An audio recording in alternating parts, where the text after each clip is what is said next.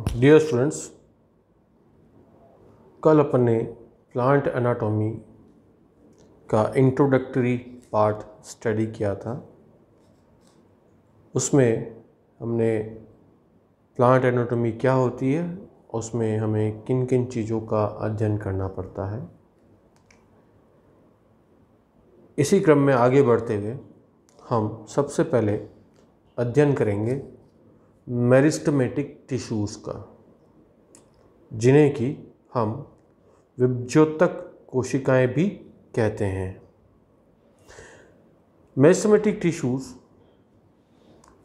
बहुत ही ज़्यादा विभाजित होने वाली कोशिकाएं होती है जो कि पादपों में पाई जाती हैं। ये ऐसी कोशिकाएं हैं जो लगातार विभाजन करती हैं और नई कोशिकाओं को उत्पन्न करती हैं। जो नई कोशिकाएं उत्पन्न होती हैं वह आगे चल करके प्लांट की दूसरी कोशिकाओं को निर्माण करती हैं, या आप कहें कि रूपांतरित होती हैं। इस प्रक्रिया को सेल डिफरेंशिएशन कहा जाता है। तो सबसे पहले meristematic cells divides continuously and produce daughter cells, of which half the daughter cell will again function as meristematic tissues and the remaining half will move to on the pathway leading to cell differentiation। और ये जो differentiation के पश्चात वो एक स्थायी कोशिका बन जाती है और वो स्थायी कोशिका एक निश्चित कार्य या दिया गया कार्य कर सकती है। जैसे कि अगर कोई कोशिका डिफरेंशिएशन पाथवे पे जाती है तो हो सकता है वो पेरेन्काइमा कोशिका बने, लीफ के अंदर मेसोफिल सेल बन सकती हैं, वह जाइलम उत्तक की कोई कोशिका बन सकती है जैसे कि ट्रैकिड्स है, वेसल की कोशिका बन सकती हैं, वो गार्ड सेल की कोशिका बन सकती हैं, वह और कई विभिन्न स्क्लेरेन्काइमा कोशिका बन सकती है, वो कर्लेन्काइमा कोशिका बन सकती है।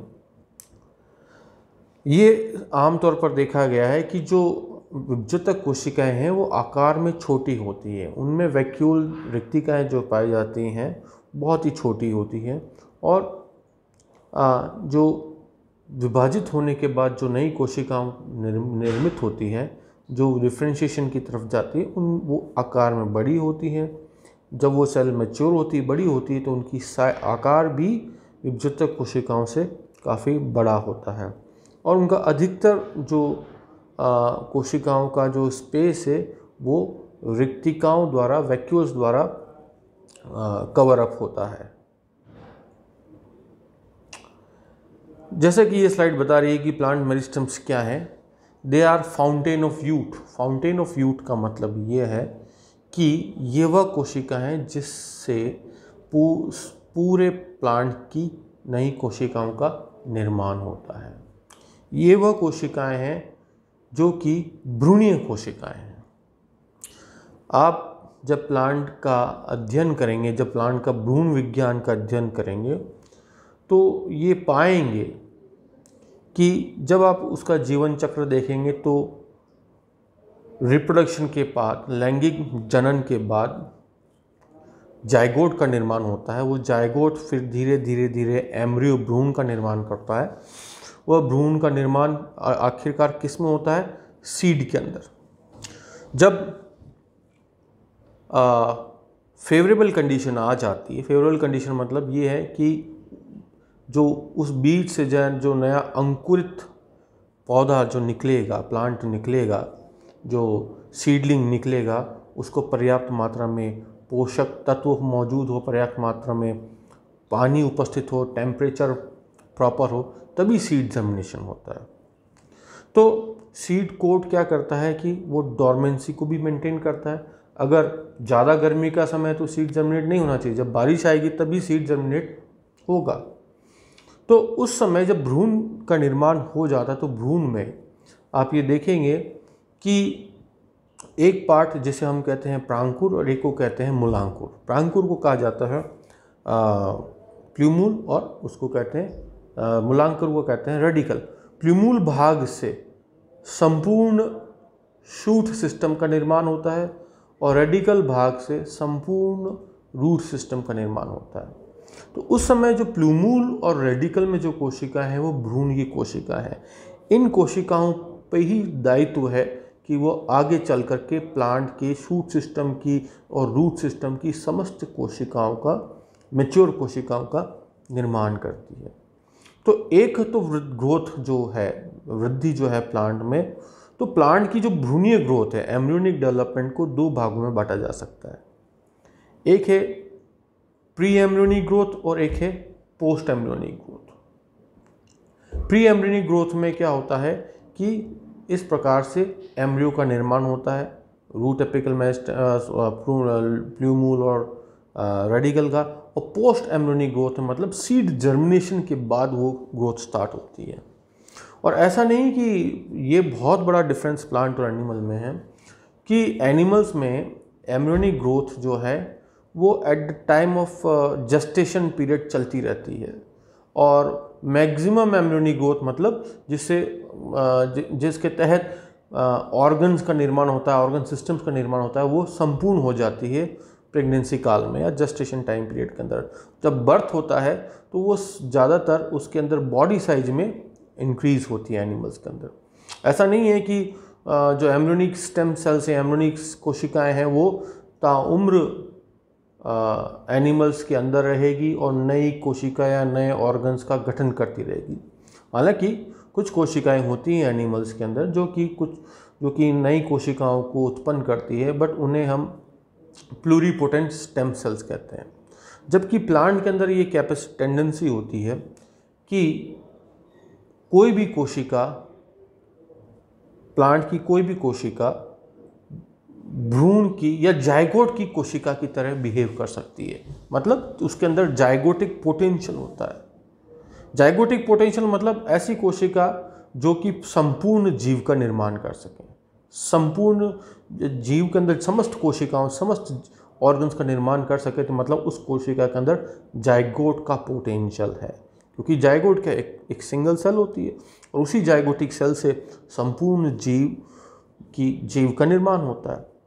तो प्लांट के अंदर जायगोटिक पोटेंशियल लगभग सभी कोशिकाओं में होता है और पोस्ट एम्ब्रियोनिक ग्रोथ में भी होता है। और पोस्ट एम्ब्रियोनिक ग्रोथ के अंदर ये जो कोशिकाएं हैं, जो कि रेडिकल और प्लूमूल पार्ट वाली कोशिकाएं हैं, ये एक्चुअली शूट एपिकल मेरिस्टेम और रूट एपिकल मेरिस्टेम में पाई जाती हैं, और कई हद तक लेटरल मेरिस्टेम में भी पाई जाती है, जो बाद में भी वृद्धि नए ऑर्गन्स बनाती रहती है। प्लांट्स के अंदर नए ऑर्गन्स ताउम्र बढ़ते रहते हैं। ऐसा नहीं कि ऑर्गन फॉर्मेशन एक पर्टिकुलर टाइम पीरियड तक होता है प्लांट्स के अंदर, जबकि एनिमल्स में ऑर्गन फॉर्मेशन का एक निश्चित समय होता है कि इस समय के अंदर ऑर्गन बनना है, इस समय में हार्ट बनेगा, तो इस समय में लिवर का फॉर्मेशन होगा, एपेंडिजेस का फॉर्मेशन होता है। ऐसा नहीं है कि बर्थ के बाद एक नया हार्ट बन रहा है या नया ऑर्गन डेवलप हो रहा है। ये चीज़ संभव नहीं है एनिमल्स के अंदर, जबकि प्लांट्स के अंदर संभव है। हर वर्ष एक नया फूल आता है, हर सीजन में नया फ्लावरिंग होती है। फ्लावर एक नया ऑर्गन है। लीव्स का ब्रांचेस आती है, ब्रांचेस से लीव्स आती है, नई लीव, यंग लीव्स आती है। यंग लीव एक नया ऑर्गन है। पुरानी लीव्स है वो शेड होती है। तो ये जो नए ऑर्गन्स टाइमली जो डेवलप होते हैं, तो इसके लिए ऑब्वियसली जायगोटिक पोटेंशियल वाली सेल होना जरूरी है पोस्ट एम्ब्रियोनिक ग्रोथ में। तो पोस्ट एम्ब्रियोनिक ग्रोथ के लिए जो सेल्स रिस्पॉन्सिबल हैं वह है प्लांट मेरिस्टेम्स। और ये मेरिस्टेम्स जो हैं इनको डिवाइड किया गया है as on the basis of their position, कि वो प्लांट में किस जगह पाई जाती है उसके आधार पर एपिकल मेरिस्टेम्स हो सकती है, जैसे शूट एपिकल या रूट एपिकल मेरिस्टेम जो शूट और रूट की टिप से पाई जाती है। और ये मुख्यतः उस प्लांट की जो लंबाई में जो वृद्धि है उसके लिए सहायक सिद्ध होती है। एक्सियल मेरिस्टेम जो होती है वो प्लांट के अक्षीय जो अपन कह सकते हैं कि जो नोड्स और उन रीजन्स के आसपास होती है जो शाखाएं बनाती है।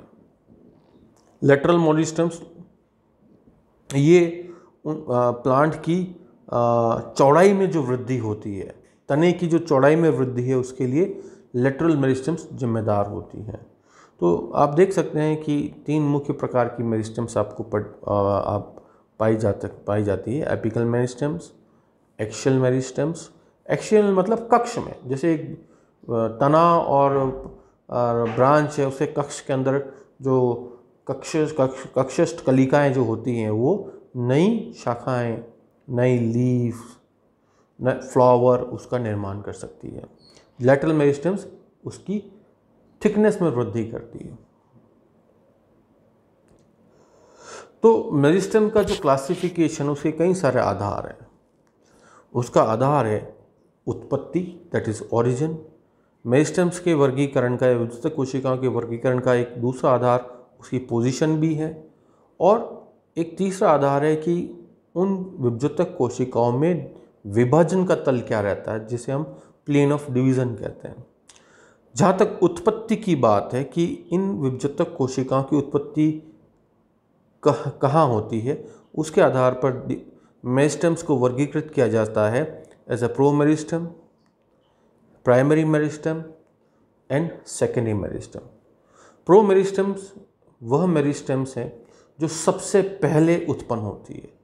प्रोमेरिस्टम के बाद जो मेरिस्टम्स होती हैं वो होती है प्राइमरी मेरिस्टम, और प्राइमरी मेरिस्टम के बाद मतलब उस जो मेरिस्टम्स उत्पन्न होती है उसे सेकेंडरी मेरिस्टम्स कहते हैं। तो ओरिजिन और इनमें भी समय का फर्क है। सबसे पहले जो किसी पौधे में मेरिस्टम्स होगी उसे प्रोमेरिस्टम कहा जाएगा, और यही प्रोमेरिस्टम प्राइमरी मेरिस्टम्स का निर्माण करेगी, और इन्हीं प्राइमरी मेरिस्टम से आगे चल करके सेकेंडरी मेरिस्टम्स का निर्माण होता है। हम आगे चल के देखेंगे प्राइमरी मेरिस्टम्स क्या करती है, प्राइमरी ग्रोथ के लिए रिस्पॉन्सिबल है, सेकेंडरी मेरिस्टम्स सेकेंडरी ग्रोथ के लिए रिस्पॉन्सिबल है। हम ये कह सकते हैं कि प्रोमेरिस्टम एक तरह से प्री एम्ब्रियोनिक ग्रोथ के समय जो उत्पन्न जो रेडिकल और प्लूमूल वाली जो कोशिका है उन्हें हम प्रोमेरिस्टम्स कह सकते हैं, जबकि पोस्ट एम्ब्रियोनिक ग्रोथ, जब बीज का अंकुरण हो जाता है और एक नया नवीन पौधा, एक नया जीव, नया प्लांट नया जीवन लेकर डेवलप होता है, तो उस समय जो कोशिका मेरिस्टम्स काम करती है, जो उसको वृद्धि कराती है, उस समय प्राइमरी मेरिस्टम्स होती है। और प्राइमरी मेरिस्टम जब प्लांट एक निश्चित वृद्धि कर लेता है, साइज में अपनी हाइट में वृद्धि कर लेता है, फिर वो चौड़ाई में वृद्धि करता है अपनी, जिसमें आप देखते हैं कि वुडी प्लांट्स जो हैं जिसमें तो वुड डेवलप होती, तो वो सेकेंडरी मेरिस्टम्स के कारण होती है। तो प्राइमरी मेरिस्टम और secondary meristem post embryonic growth के दौरान होती है, प्रोमेरिस्टम्स प्री एम्ब्रियोनिक ग्रोथ के दौरान। जहाँ तक पोजीशन के आधार पर कि वो कहाँ पर उपस्थित है, तो उस आधार पर हम कह सकते हैं कि अगर पौधे के अक्ष पर है, चाहे वो स्टेम का शूट का एपेक्स हो, चाहे वो रूट का एपेक्स हो, तो हम उसे एपिकल मेरिस्टम कहेंगे। इंटरकैलरी मेरिस्टम अगर कक्षस्थ इलाकों में प्रेजेंट है नोड, तो उन्हें इंटरकैलरी मेरिस्टम कहा जाएगा। लेटरल मेरिस्टम्स मीन्स साइडवेज, जो बाद में सेकेंडरी ग्रोथ के लिए रिस्पॉन्सिबल है। तो आप एपिकल मेरिस्टम्स और इंटरकैलरी मेरिस्टम्स एक तरह से प्राइमरी मेरिस्टम्स है, और लेटरल मेरिस्टम्स एक तरह से सेकेंडरी मेरिस्टम्स है। प्लेन ऑफ सेल डिवीज़न की जो विभज्योतक कोशिकाओं में विभाजन का तल एंटीक्लिनल है या पेरिक्लिनल है, उसके आधार पर मास मेरिस्टम, प्लेट मेरिस्टम और रिब मेरिस्टम में वर्गीकृत किया सकता है। हालांकि जो ओरिजिन के आधार और जो पोजीशन का आधार है वो काफ़ी प्रचलित है मेरिस्टम्स के वर्गीकरण के अंदर।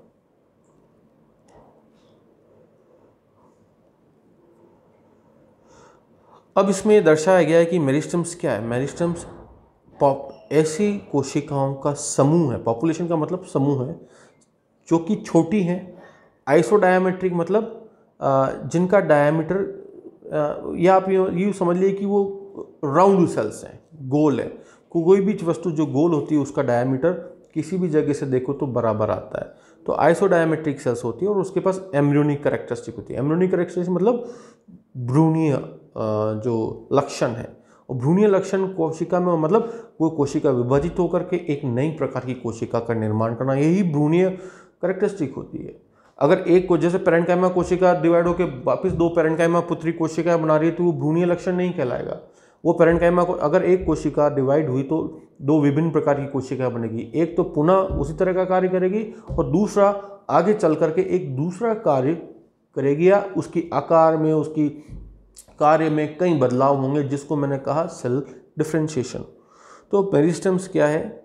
ऐसी कोशिकाओं का समूह है जो कि आइसोडायमेट्रिक है, जिनके पास भ्रूणीय एम्ब्रियोनिक कैरेक्टरिस्टिक्स होती हैं। तो उस समूह को हम मेरिस्टेम्स कहते हैं, जो कि और ये समूह जो है कई सारी कोशिकाओं को उत्पन्न करता है, जो आगे चल करके विभिन्न कोशिकाओं में परिवर्तित रूपांतरित होती है और वो जिस जगह पर उपस्थित होगी और उस कोशिका का जो कार्य होगा वो कार्य संपादित करती है।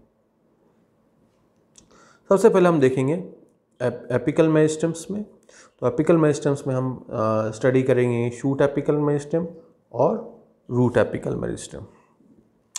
अब इसमें दो चीज़ आपको ध्यान रखनी है कि इनिशियल स्टम्स आएंगे और एक डेरिवेटिव टर्म आप ध्यान देंगे। जैसे कि आपने इसमें चित्र में देख रहे हैं कि जो ऊपर वाला जो डायग्राम है वो है शूट एपिकल मेरिस्टेम्स का और लोअर वन जो है वो रूट एपिकल मेरिस्टेम्स का, बिल्कुल रूट की एपेक्स पर और वो शूट की एपेक्स पर होती है। Cells that remain in the meristems are termed as initials. अब मेरिस्टेम क्या है? कोई एक कोशिका या दो कोशिका वाली स्थान नहीं है। मेरिस्टेम मतलब पौधे का वह स्थान जहाँ पर काफ़ी मात्रा में, काफ़ी संख्या में एक जैसी कोशिकाएं पाई जा रही हैं और उन सारी कोशिकाओं को हम मेरिस्टेम कह रहे हैं। तो और उनका सबका व्यवहार एक जैसा है, उनकी साइज एक जैसी है, उनका फंक्शन एक जैसा है, उनका मेटाबॉलिज्म एक जैसा है।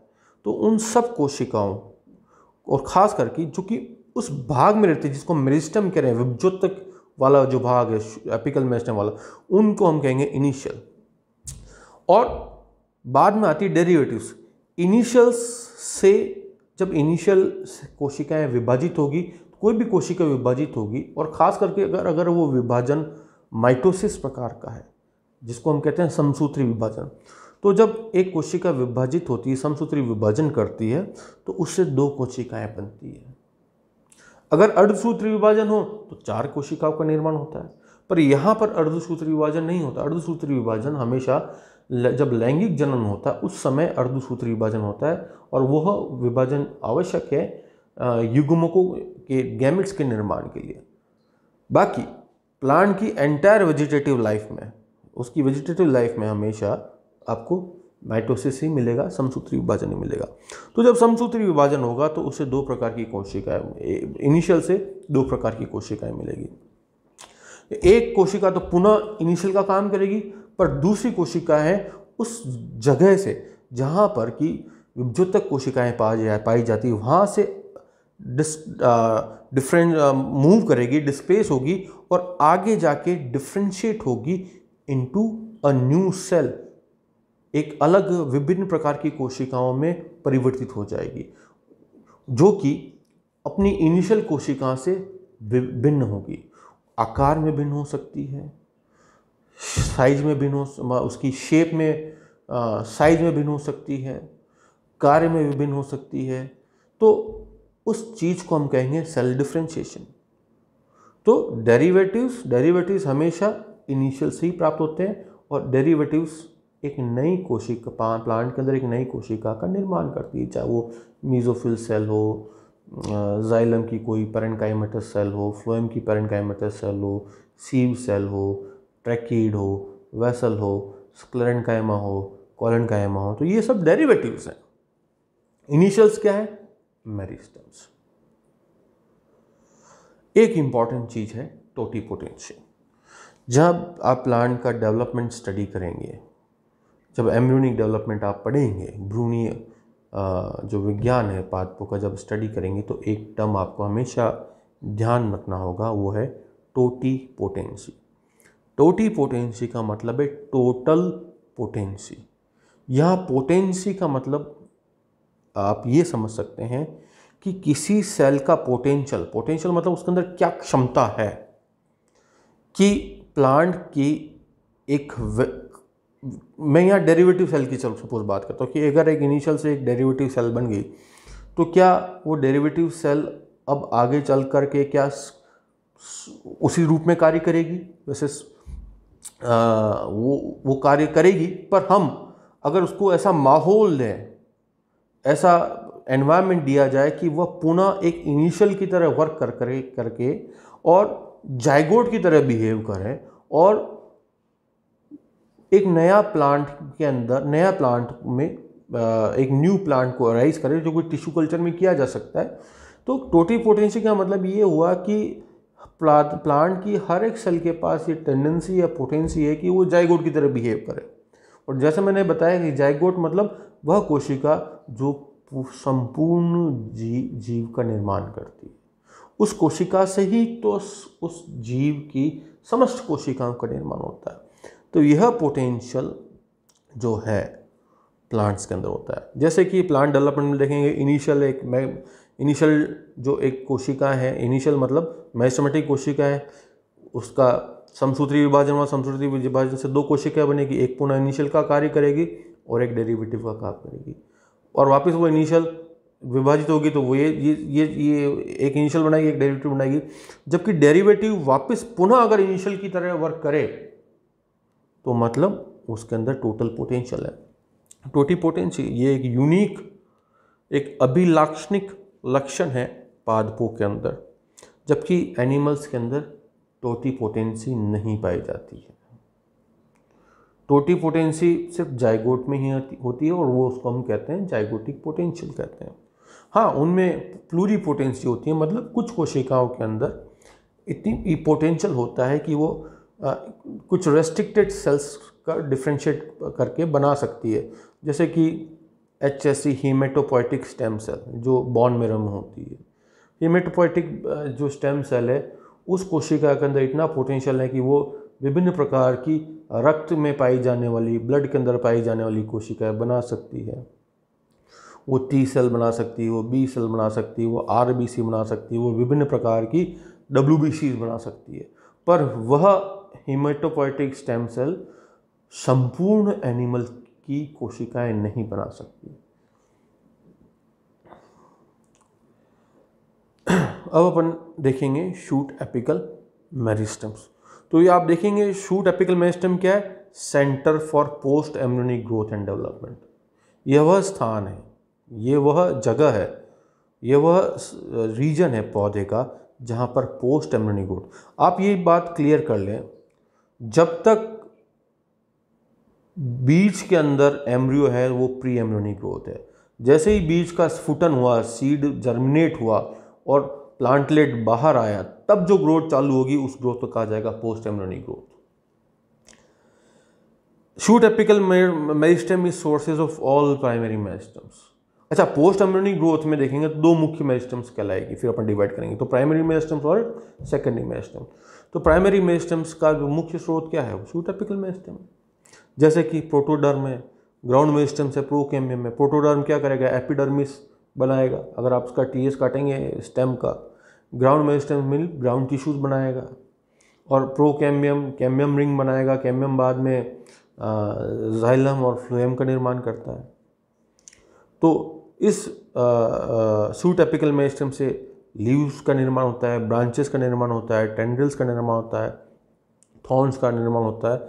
और ये self renewing cells, self renewing mass of cells है, दैट इज इनिशियल्स है, जो डिवाइड होगी, एक पुनः इनिशियल बनाएगी और एक डेरिवेटिव बनाएगी।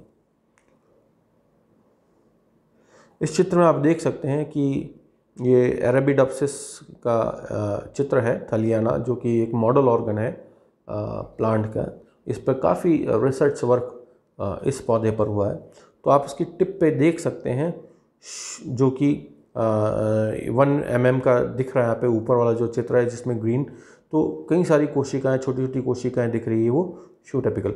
और ये आप देखेंगे थोड़ा सा 0.1 mm और ज़्यादा ये इसके अंदर जो रेड और पर्पल कलर का जो रीजन है वो शूट एपेक्स है। और शूट एपेक्स में पाई जाने वाला ये जो रीजन है, यहाँ पर वो कोशिकाएं पाई जाती हैं। इसके आगे हम अगली क्लास में चर्चा करेंगे। धन्यवाद।